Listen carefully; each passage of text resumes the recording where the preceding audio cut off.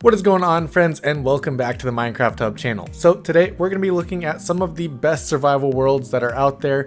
These guys have put in a ton of work into their worlds, and the work has paid off because there are some pretty incredible builds.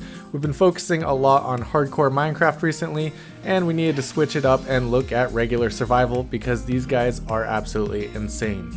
First up today, we are looking at Random Walter, who has one of the best worlds that I have ever seen in survival Minecraft. This entire thing is absolutely incredible, and as you can see, even in just these glass structures, he has trees planted throughout the whole thing, which just adds a very small detail, but looks incredible. Of course, the inside of this circle is a bunch of different biomes, and then all the area is surrounded by floating islands with different biomes and builds on top of them. He of course has some pretty crazy farms in order to do this type of building. He has everything from gold farms to giant trading halls to simple mob farms, everything that you could need for the huge building that he's currently doing. This is definitely one of the most impressive single player worlds out there, especially with all the floating islands, and considering he has entire buildings built out of simple gold, emerald, redstone, and lapis.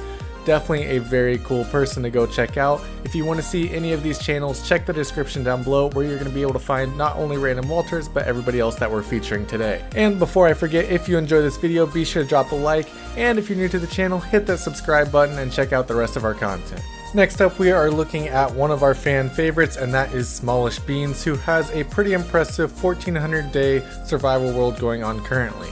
He releases videos about every 100 days, and his world is very impressive so far. Even just from the storage room, you can tell that he definitely has a lot going on. His most recent build was a huge deep slate mansion, and it is insanely detailed and looks very good. I definitely like the final product of it. He's using it as a massive storage room, and he even has an iron farm behind it as well. He's only done the front of it so far really, and he's saving the back for later as he ran out of days in his 100-day series. He definitely has a lot going on in other portions of his world as well. He's been doing a lot of builds across his world, and it's all coming together very nicely. It always amazes me when people are able to do multiple worlds at once, and Smallish Beans is of course part of Empire's SMP as well, so it's all the more impressive that he's doing these amazing builds on both of the worlds so far. If you haven't seen his Empire's build, definitely go check out his channel as well, because that is one of the most interesting builds I've ever seen. Coming back to this world, we can see that this mansion is insanely cool. I really like the block palette that I used for this. He's got a lot of deep slate at the bottom, and then it moves up and he's got, I assume, calcite in the middle, and then some purple on top, which pairs really nicely together, especially with the different woods that I use for the outline of this base. Topping it off with some pretty impressive shaped towers as well, and this is actually one of the tallest builds that he's done on this world so far. I highly recommend you go and check out his channel. Not only are his videos very well done, but he's also very entertaining to watch, especially all the builds that he's doing and the farms he's making in this survival world so far.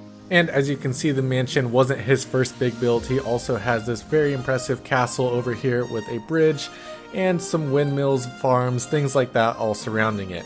Definitely a very cool world so far, and I'm very excited to see the future of it.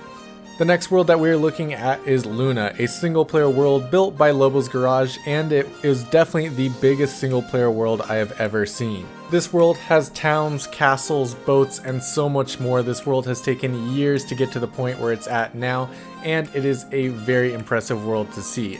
As he's flying around here, you can see all the cool little areas in this city, and this very impressive build on the outside of the city as well, which has an enchanting table at the top and looks very cool. The only other worlds that I have seen with this much built inside of them is Hermitcraft, and that is a huge multiplayer server, so the fact that Lobo's Garage went and did this all by himself makes it extremely impressive to see. It's definitely one of my favorite single player worlds, and not only does it have a lot of very cool builds and things like that, it also has some lore to it, which makes it even more interesting as well, so I definitely recommend you go and check out his videos. Not all of them are a 3-hour world tour. He does do a lot of other videos of just his regular day-to-day builds and things like that. His world tour was actually 17 episodes ago, so he's actually done a lot of work since then as well. So everything you're seeing now, there are some changes to it, and there's a lot more going on in his world. This dude is also insanely underrated and only has 33,000 subscribers, which I think is a criminal offense because everything that he's got going on, he should have way more than that. So definitely go check out his channel because he deserves some major support for everything that he's done in his world so far. Not only does he have some very impressive builds in the overworld, but he's also got a lot going on in the nether. This is just one small section of his nether, and he actually has a huge nether hub and a lot more going on. Other than that, he's also got a very cool end project, which he has an enderman farm, of course, to get XP and ender pearls, but he built it as a floating island off the main island and used black glass as a bridge to get to it so that you really can't see the pathway. It's still very safe though, and it is a survival world, so even if he dies, he does get to respawn and keep working on all his insane projects. As far as enderman farms go, this is definitely my favorite one that I've ever seen, just because everybody usually just builds some type of tower, and he went all out and built a full island to build this enderman farm in, so that just makes it even cooler to me, and the use of endstone is something I don't get to see as often as well. Next up, we are looking at DallasMed 65, and this world has a very unique twist to it. It was actually made and started on Minecraft Pocket Edition before he switched to his gaming laptop. And I think that is insanely cool because he started it all the way back when you had to build a nether reactor, and he even has the remnants of that nether reactor still in this world. This world has been worked on for a very long time and it looks very impressive. He has a lot of different areas of it, including some mansions, factories, and a lot more.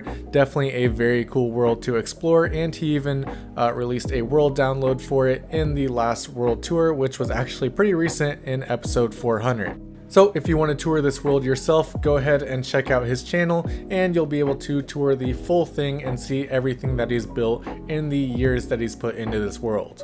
This over here is his main area, and he used a lot of green concrete and things like that, which you don't see used too often, but I really like the look of this build with the multiple types of wood paired with the green concrete and glass. It all came together, very cool looking, and he's got an insane underground area as well, which he doesn't use too often since it's so hard to get down there. Not too far off from all this, he has his factory and a huge wheat farm area, and we can actually look and see the decayed nether reactor as well, which I think is a very cool part of his world, considering that it's actually from a very old Pocket Edition update. You could probably count with a couple hands how many worlds out there actually have this nether reactor still, so the fact that DallasMed actually still has that in his world makes it even cooler. Next up, we are looking at Pixelriff's 1.16 survival guide, and this was a very cool world. Of course, he's done survival guides for most of the updates, but this world in particular is very cool and he did a lot in it. He built this entire town based around a ravine because he wanted the ravine to be kind of powering everything else that was going on in the town. Over here, he has his Halloween decorations, which he never took down just because he liked them so much, which is fair because I think they look really cool in this area.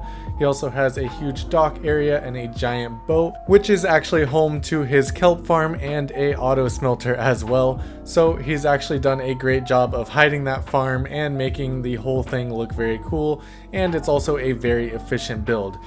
Speaking of which, his hot air balloon, which we've been able to see up in the sky, is also home to one of his first mob farms of the series, and I think this is a great idea for a mob farm to put it way up in the sky where the rates are going to be good, but to make it hidden and cool, he turned it into a hot air balloon, which I think is a genius idea. Pixelriffs is actually one of the most active Minecraft YouTubers. Not only is he on Empire's SMP, but he also has a hardcore world of his own, and he actually does 2 podcasts as well. Not only all that, but he's also in charge of the Hermitcraft recap, which if you're missing any of the Hermitcraft episodes and want a full recap of what everybody's doing, they release a video every Friday, I believe. Back to Pixelriff's survival world. So of course he's got this huge town area, but that is not it in this world. As we can see just in the distance here, we are heading over to a castle, which is very cool. He used a lot of red and different block varieties in this castle to make it extremely cool looking. Definitely one of my favorite builds on his survival world. It's got a lot of detail with different stone and wood variants throughout the whole thing, and then of course topped off with red roof. In other parts of his world he has farms, of course, to supply all his block and food needs. Over here was an XP and block farm, the Guardian farm, where he got a lot of XP and also all the blocks that you get from this particular farm. That is all that we have for you guys today. I hope you enjoyed our list of best survival worlds. If you did, be sure to drop a like on this video, and if you're new to the channel, hit that subscribe button. Thank you so much, and I'll see you next time.